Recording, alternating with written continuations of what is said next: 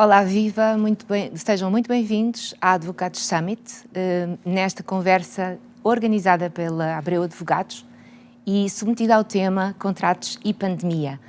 Vamos conversar um pouco sobre o impacto que todo este contexto pandémico que vivemos há mais de um ano teve na nossa vida contratual.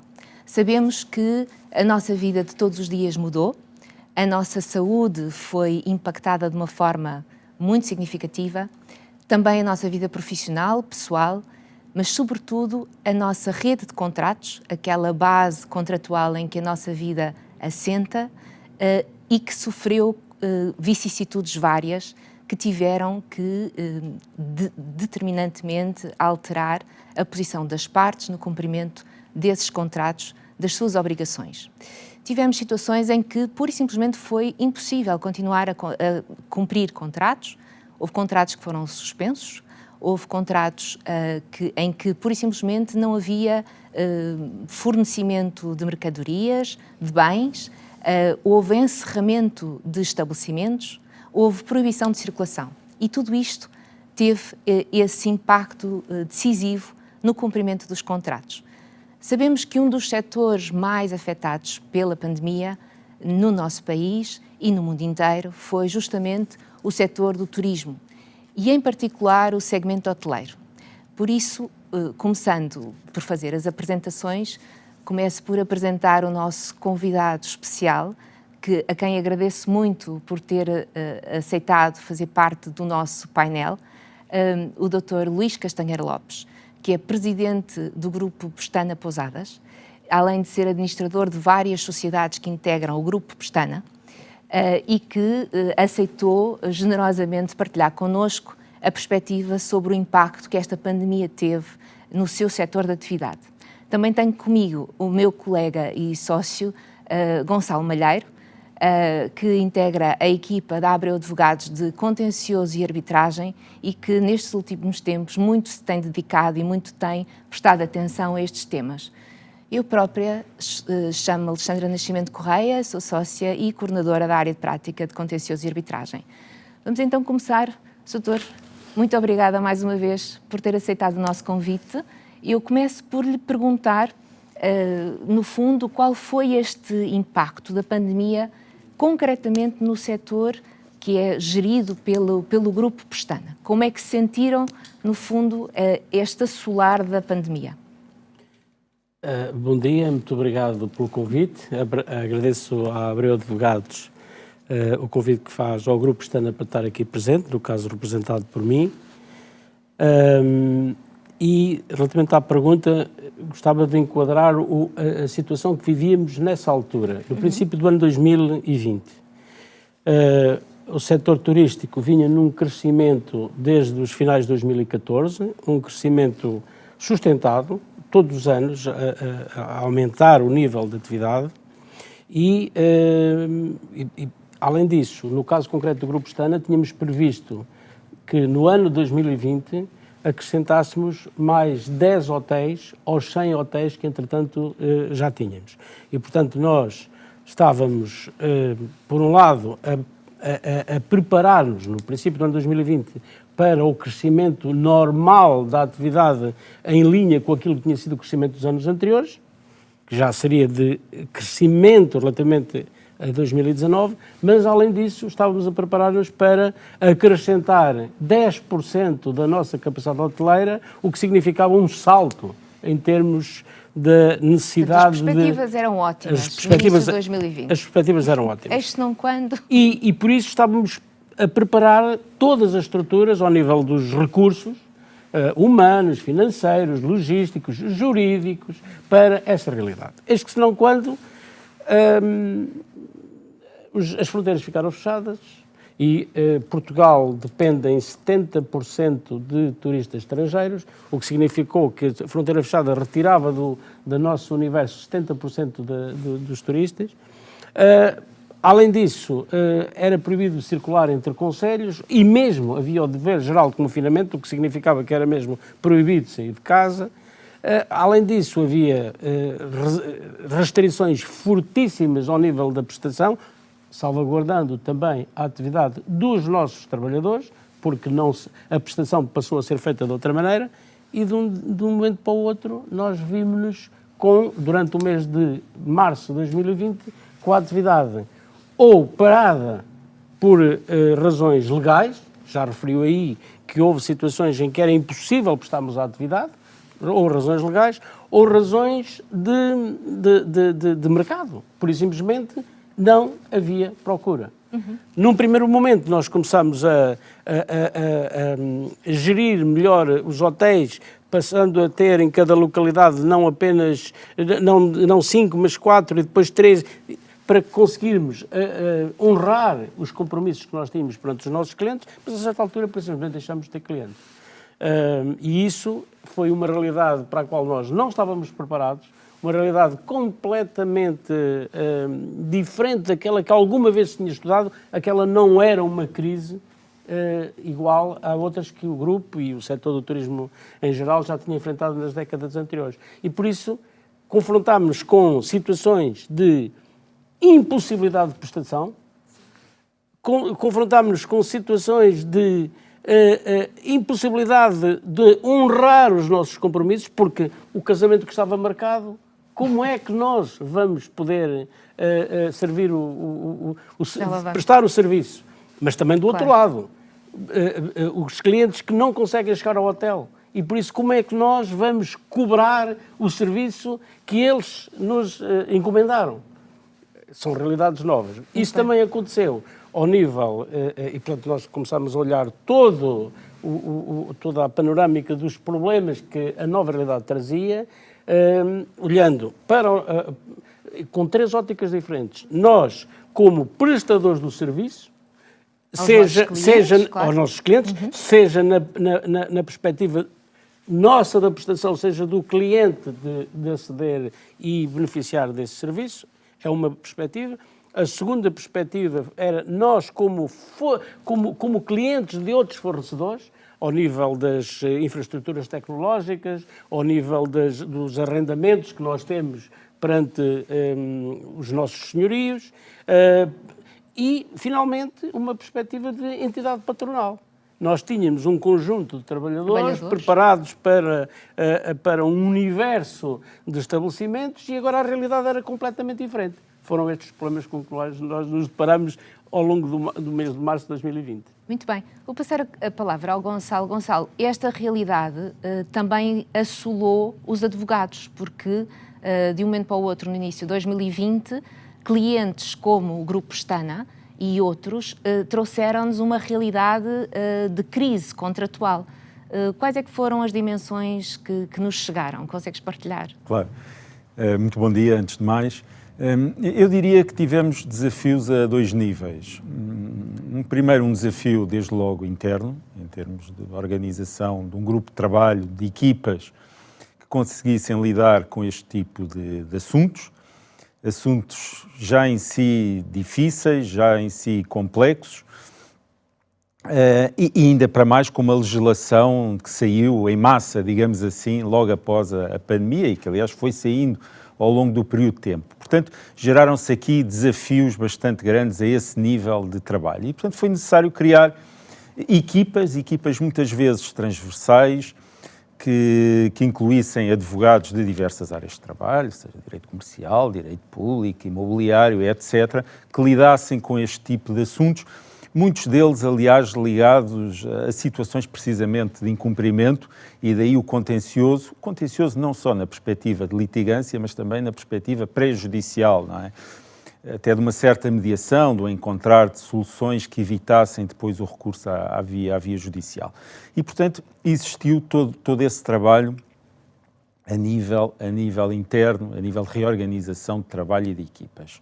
Depois, colocou-se realmente um outro desafio na relação com os clientes. E aqui, naturalmente, há situações muito diferentes. Uma coisa é, naturalmente, representarmos a parte lesada, outra coisa é estarmos a representar a parte credora. As situações contratuais são muito diferentes. Há situações contratuais que se esgotam praticamente num ato apenas, há situações contratuais duradouras, portanto há aqui uma enorme diversidade e a juntar a tudo isto, temos também que estamos perante um tema que não é fácil, esta questão do incumprimento dos contratos, em virtude, pode ser, imagine-se, por uma alteração de circunstâncias, enfim, não querendo aqui ser exaustivo e tornar o debate demasiado técnico, mas podemos estar perante, efetivamente, uma alteração de circunstâncias, ou seja, torna-se excessivamente onerosa a prestação ainda é possível, mas realmente é um peso demasiado para uma das partes ainda cumprir esta prestação, ou, pelo contrário, a prestação já não é possível, estamos perante uma situação de impossibilidade da prestação, que também se pode verificar em determinado conjunto de situações, ou estamos perante o caso de força maior, ou seja, entender que existe aqui um facto exterior, um facto terceiro, causado por terceiro, que impossibilita a prestação, ou seja, não querendo, repito, tornar o debate demasiado técnico, existe aqui uma variedade de situações muito grande, e existe o reconhecimento que este é um tema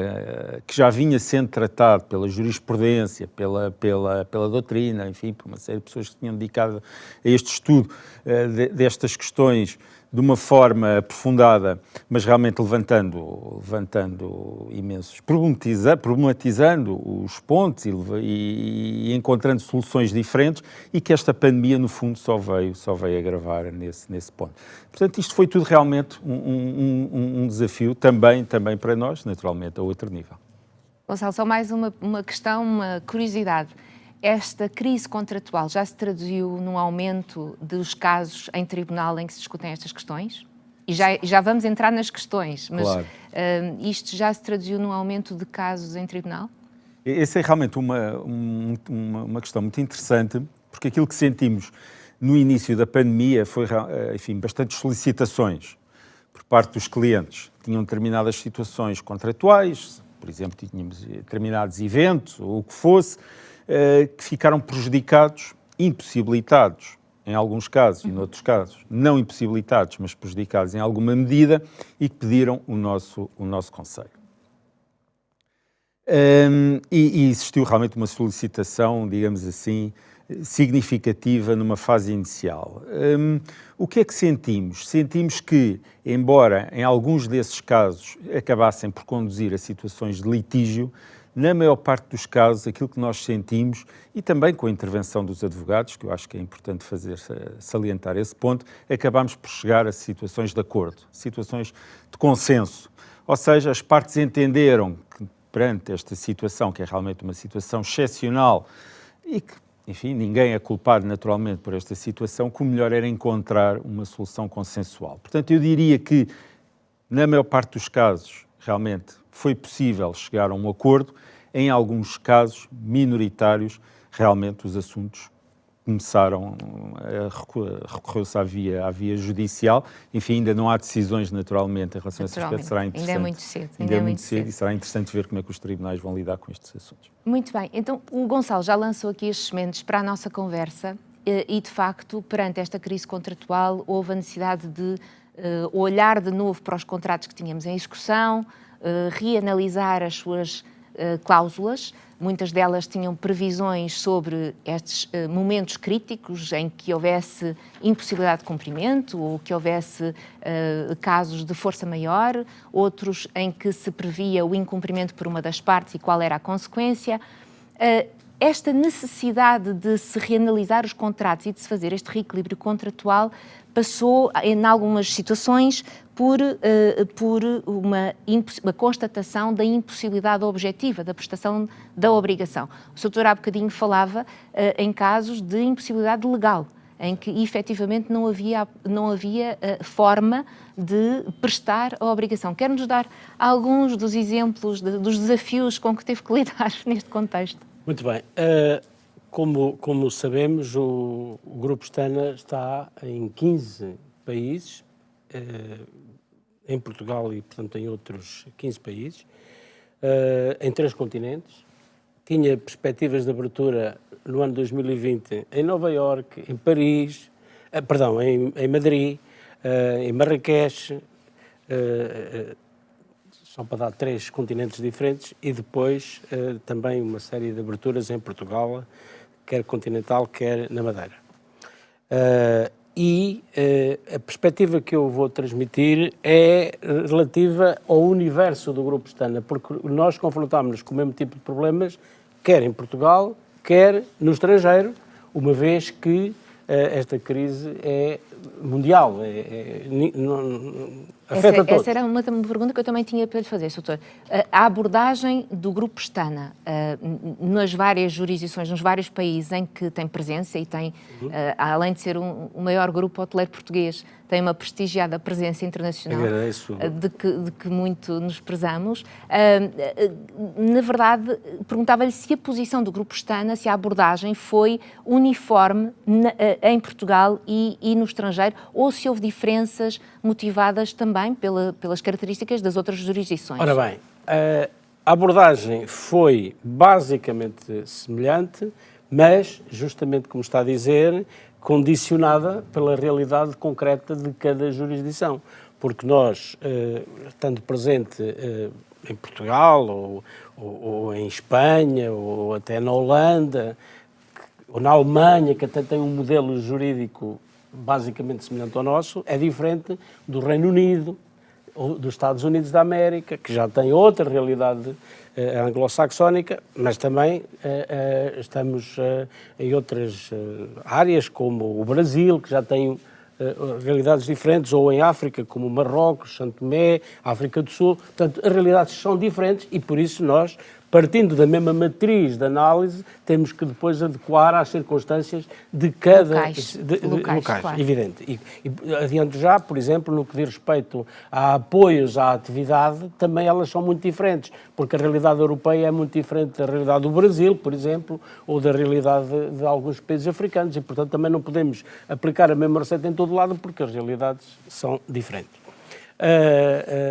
Mas, olhando para aquela que foi a matriz da nossa intervenção, que, como digo, envolve todos, o que nós fizemos foi olhar para cada contrato, e como o Sr. disse há pouco, há contratos que se esgotam num ato, por exemplo, um contrato de casamento para realizar no dia X do mês de Abril. Pronto, esgota-se naquela circunstância. E há contratos que não são assim, há contratos de trabalho, que são de décadas, e há contratos de prestação de serviços, por exemplo, há bocado falei de serviços de informação, ou de apoio ao setor das reservas, que são contratos de longuíssima duração. E, portanto, o que nós fomos ver foi, perante esta nova realidade operacional, determinada pela pandemia, e nós, na altura, tivemos um bocadinho a noção de que aquela ideia de que esta crise seria resolvida através de um V, não é? Isto é um V, desce vertiginosamente, mas sobe também vertiginosamente. Nós não fizemos essa era a análise, percepção inicial, era a percepção, mas não nos posicionámos nesse contexto. Nós olhámos, quando muito seria um W, porque o crescimento não seria aquele que foi, e até se calhar um U. Bom, a realidade foi pior até do que a nossa perspectiva. O V é que não foi de certeza.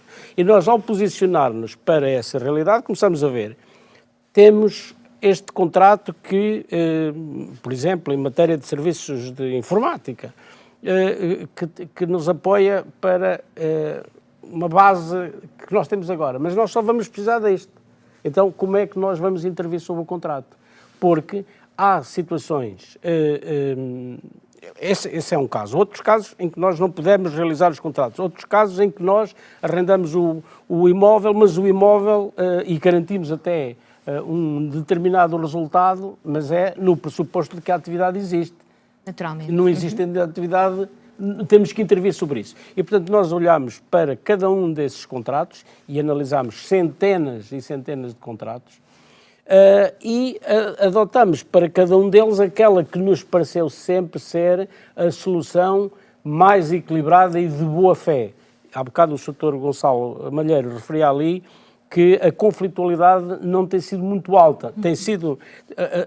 Pode ter havido conflitualidade, digamos, epistolar, carta cá, carta lá, com argumentos, mas para tribunal tem sido pouca. Porquê? Porque as partes têm conseguido entender-se. porque creio que todos se posicionaram numa perspectiva de boa-fé, vamos intervir sobre os contratos na sua dimensão para ajustar à realidade efetiva. Deixe-me só interromper, só para passar a palavra ao Gonçalo e perguntar-lhe, Gonçalo, perante este impacto na execução contratual, existirá um dever de renegociação do contrato, no seguimento disto que o Dr. Castanheira Lopes estava justamente a dizer? Há um dever da parte lesada de abordar a contraparte no sentido de renegociar o contrato perante, enfim, a alteração das circunstâncias, aquilo que podemos chamar a alteração anormal das circunstâncias? Claro. Eu diria o seguinte, como posição de princípio, bem, a não ser que esteja previsto alguma coisa a esse respeito, contratualmente falando. Portanto, se o contrato, e aqui o que importa sempre é a vontade das partes, e portanto é preciso ter muito presente isto, que apesar da interferência que o Estado tem tido em todas estas matérias, com sucessiva legislação, aquilo que deve sempre prevalecer é a vontade das partes. Qual foi o interesse e a vontade das partes? E, portanto, antes de mais, temos que olhar para o contrato. O contrato dispõe alguma coisa a esse respeito ou não dispõe? Não dispondo, e por regra não dispõe a esse respeito, eu diria que,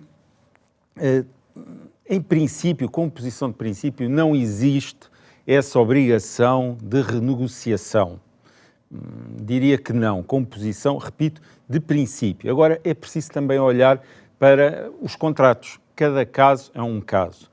Se estivermos principalmente a falar de um contrato que se estende no tempo, de prestações que se vão suceder no tempo e que não se consomem exatamente, execução continuada, eu diria que aí é mais provável que exista realmente essa obrigação do dever de renegociação do que num contrato que se esgota num determinado ato. Portanto, aí pode-se entender.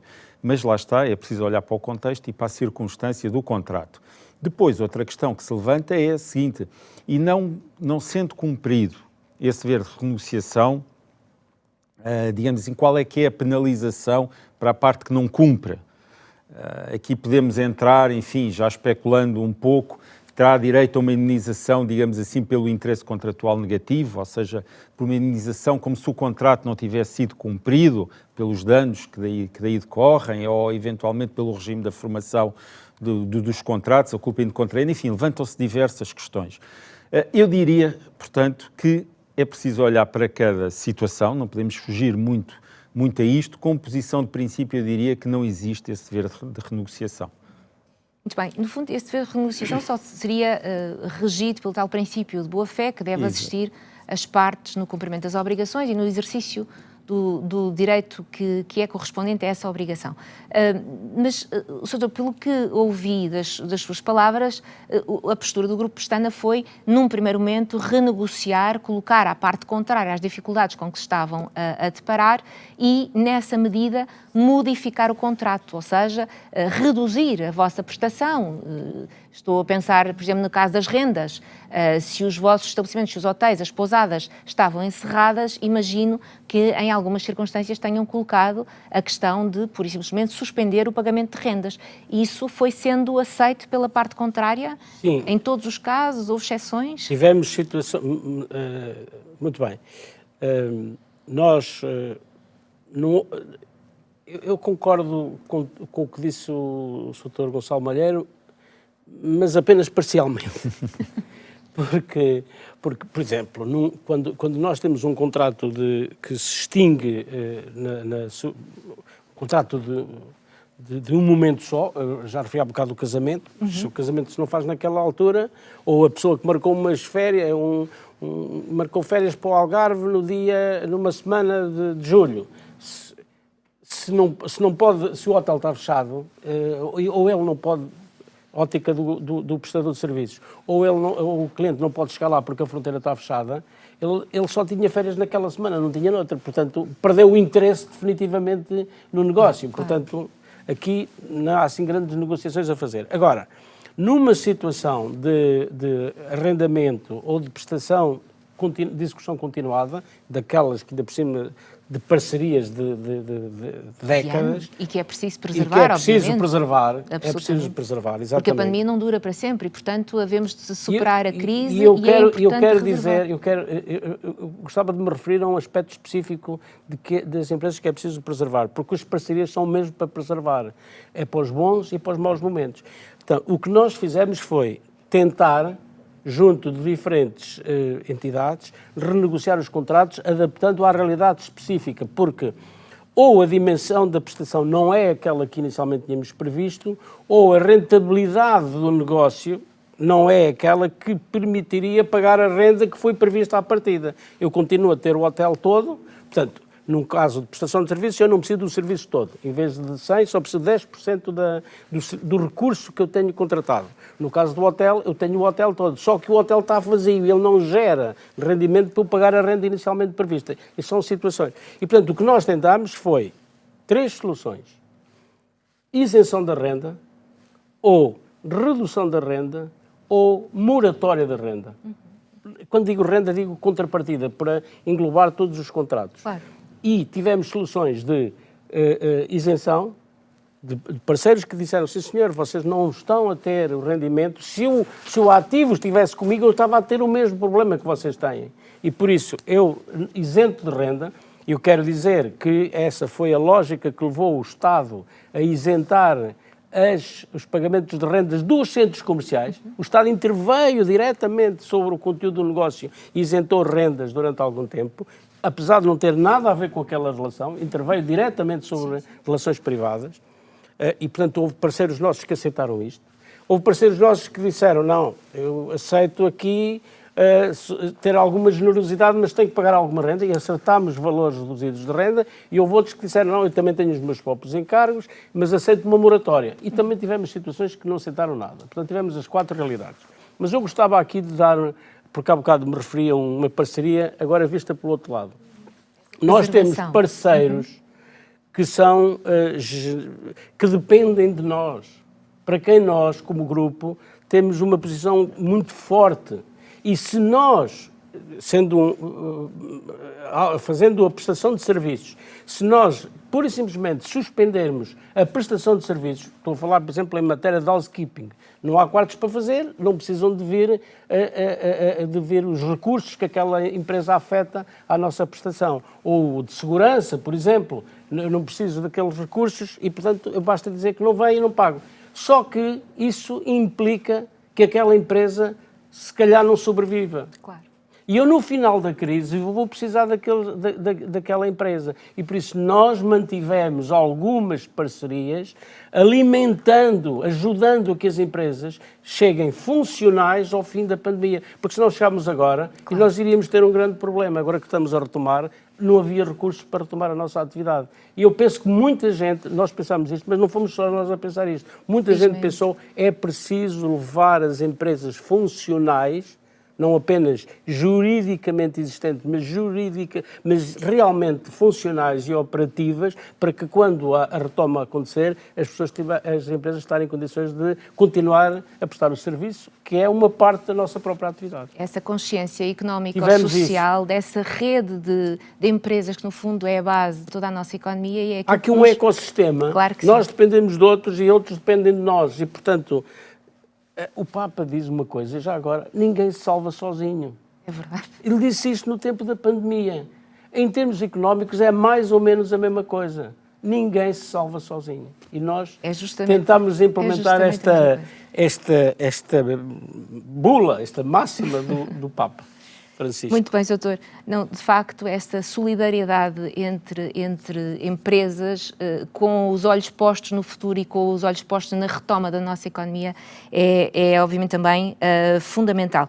Mas voltando ainda aqui às nossas questões jurídicas que nos prendem, depois de haver um pedido de modificação do contrato, como estes que estamos aqui e que o Dr. Castanheira Lopes nos referiu, havendo esse pedido de modificação do contrato, que a lei diz que tem que ser feito de acordo com os juízos de equidade, haverá a possibilidade de a contraparte, não aceitando essa modificação, de pedir a resolução do contrato? Gonçalo.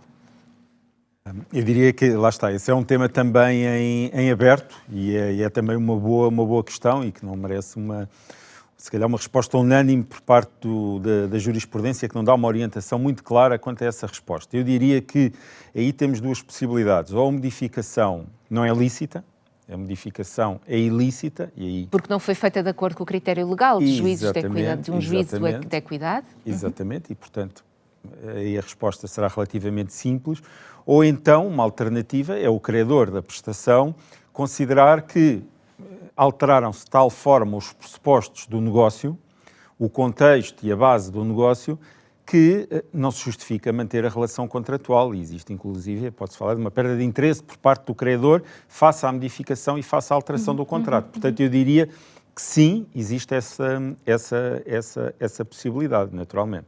No limite dependerá sempre do caso concreto e a avaliação, a aferição, se foram ou não cumpridos esses mínimos, ou se a modificação foi feita de acordo com os tais juízes de equidade, competirá sempre aos tribunais. Última pergunta, porque o nosso tempo esgota-se, e eu vou começar desta feita pelo Gonçalo. Gonçalo, relativamente à forma como os tribunais irão acolher estas questões. Já disseste há pouco que ainda não temos decisões sobre estes casos mais recentes. Não temos decisões dos tribunais sobre estes casos que surgiram no contexto da pandemia. Mas pergunto-te se esperamos alguma alteração na forma como a jurisprudência tratou estes temas, da alteração das circunstâncias, da modificação dos contratos, do próprio direito de resolução com fundamento na alteração anormal das circunstâncias, se esperamos alguma alteração da jurisprudência no tratamento destas questões? Eu diria muito rapidamente que a abordagem dos tribunais a este tema tem sido uma abordagem, digamos assim, muito conservadora e tem sido muito prudente quando decide pela resolução ou pela modificação de um contrato em virtude da alteração das circunstâncias, nomeadamente na questão dos recursos económicos, ou seja, os tribunais têm entendido que a falta de recursos económicos de uma das partes, em virtude da alteração das circunstâncias, não é motivo para a resolução ou modificação. Ou seja, o facto de uma parte ter perdido receitas, ter aumentado os custos, em virtude de um facto exterior, não é só por si, não valida a resolução ou modificação dos contratos. Portanto, esta tem sido a abordagem dos tribunais. O que é que pode mudar daqui para a frente? Eu acho que, olhando para a legislação, que entretanto foi saindo, esta legislação é uma legislação muito preocupada realmente com a questão económica, com o tema económico, com a falta de recursos económicos. E isso pode eventualmente trazer uma maior flexibilidade na forma como os tribunais olham para esta figura da resolução ou modificação por alteração das circunstâncias. Muito bem, Soutor. Alguma perspectiva de como é que os tribunais podem vir a acolher e tratar estes temas, esta nova vaga de casos que vamos submeter a juízo? Soutora, eu acho que o Código Civil afastou a equidade como fonte de direito, mas no artigo 437, já aqui foi referido, na alteração das circunstâncias, reporta-se ao juízo de equidade. Penso que é o único ou dos poucos casos em que o Código Civil o faz. E esta matéria é também daquelas que é muito estudada nas faculdades, nas universidades, mas pouco levada à prática. E nós tivemos agora, aqui, uma circunstância única em que este Instituto foi testado, está a ser testado. E eu acredito que vai haver, um bocadinho na linha da intervenção final do Dr. Gonçalo Malheiro, os tribunais vão rever o posicionamento, porque para tempos novos e problemas novos tem que haver soluções novas. Nós não podemos aplicar à realidade de agora as soluções estudadas, o nosso Código é dos anos 60, já lá vão 50 ou 60 anos, a vida mudou muito e os institutos mudaram. Eu acho que vai haver, é o meu pensamento sobre esta matéria, uma posição mais atualista da parte da nossa jurisprudência.